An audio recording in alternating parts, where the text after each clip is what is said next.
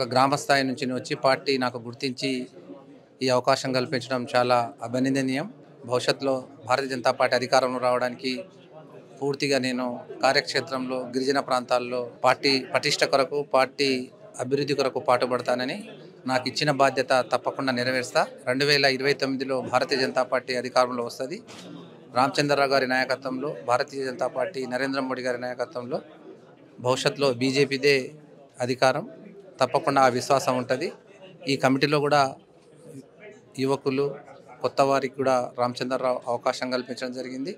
అందరూ కూడా అనుభవం వాళ్ళు, విద్యార్థి పరిషత్లో పనిచేసిన, అదేవిధంగా విద్యార్థి ఉద్యమాల్లో వచ్చిన నేను నాలాంటి సాధారణ కార్యకర్త కూడా పార్టీ గుర్తించిందంటే చాలా ఒక అట్టడుగు స్థాయి నుంచి వచ్చిన నాకు, ఒక గిరిజన ప్రాంతం నుంచి వచ్చిన నాకు అంచెలంచెలుగా పార్టీ ఒక అత్యున్నత, ఒక ప్రెసిడెంట్ తర్వాత వైస్ ప్రెసిడెంట్ కల్పించడం చాలా పార్టీకి, రామచంద్రరావు గారికి, అదేవిధంగా నరేంద్ర మోడీ గారికి నా హృదయపూర్వక అభినందనలు తెలియజేస్తూ ఉన్నాను.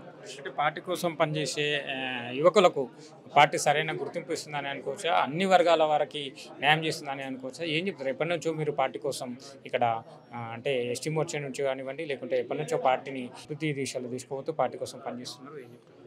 ఇప్పుడు పార్టీ నాలాంటి కార్యకర్తకు అవకాశం కల్పించిందంటేనే పార్టీ అట్టడుగు స్థాయి నుంచి వచ్చిన వారికి ప్రాధాన్యత ఇస్తుంది. నేను ఒక విద్యార్థి పరిషత్లో ఉస్మానియా యూనివర్సిటీ కేంద్రంగా గత 13 సంవత్సరాల నుంచి విద్యార్థి పరిషత్లో కల్వకుర్తిలో, అదేవిధంగా రాష్ట్ర పార్టీ నాకు ఎమ్మెల్యేగా అవకాశం కల్పించడం, యువ మోర్చాల అవకాశం కల్పించడం, చిట్ట స్థానం నుంచి కూడా కార్యకర్తకు ప్రాధాన్యత ఇచ్చే పార్టీ భారతీయ జనతా పార్టీ. ఇలాంటి కాంగ్రెస్ పార్టీ, టీఆర్ఎస్ పార్టీలు ఇవన్నీ కూడా కుటుంబ పార్టీలు. కుటుంబానికి ప్రాధాన్యత ఇస్తాయి. కుటుంబాలకే వాళ్ళకి ఎమ్మెల్యే టికెట్లు, ఎంపీ టికెట్లు, అదేవిధంగా పార్టీ పోస్టులు కూడా ఒక వాళ్ళ కుటుంబాలకు ఇస్తాం. కానీ భారతీయ జనతా పార్టీ అలా కాదు. ఈ రాష్ట్రపతి, దేశానికి ఒక రాష్ట్రపతి ఒక మహిళకు చేయడం జరిగింది, గిరిజన మహిళకు.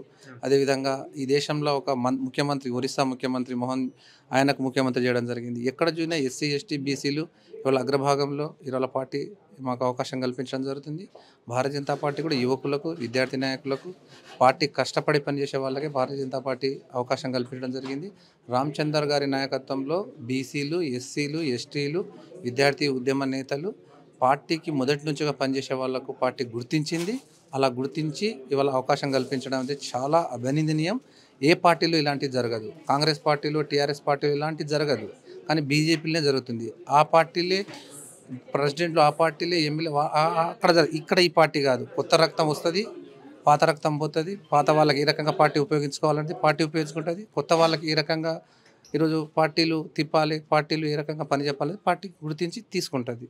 అలాంటి పార్టీ బీజేపీ. తప్పకుండా అన్ని వర్గాల వారు భారతీయ జనతా పార్టీలో అవకాశం కల్పించడం జరిగింది. ఇది పూర్తి కమిటీ కూడా అన్ని వర్గాలకు, అన్ని జిల్లాలకు, అందరికీ కూడా సమ ప్రాధాన్యత ఇవ్వడం జరిగింది. ఎస్సీ, ఎస్టీ, బీసీలకు కూడా పార్టీలో 5 మందికి, ఎస్సీ, ఎస్టీ, బీసీలకు కూడా పార్టీ రాష్ట్ర పదాధికారుల్లో 22 మందిలో 5 మందికి ఎస్సీ, ఎస్టీలకు అవకాశం కల్పించిన పార్టీ భారతీయ జనతా పార్టీ, రామచంద్రరావు గారి కమిటీ. ధన్యవాదాలు. నిన్నటి ఉపరాష్ట్రపతి ఎన్నిక విజయాన్ని ఏ విధంగా? నిన్న జరిగిన ఉపరాష్ట్రపతి ఎలక్షన్స్లో ఆల్రెడీ వాళ్ళ మా రాధాకృష్ణన్ గారు ఈరోజు సౌత్ నుంచి కూడా భారతీయ జనతా పార్టీ అవకాశం కల్పించినది. ఆయన ఇంతకుముందు గవర్నర్ కూడా పనిచేయడం జరిగింది. ఆయన కూడా ఒక సైన్స్ నుంచి, ఒక కింది స్థాయి నుంచి వచ్చిన నాయకుడు.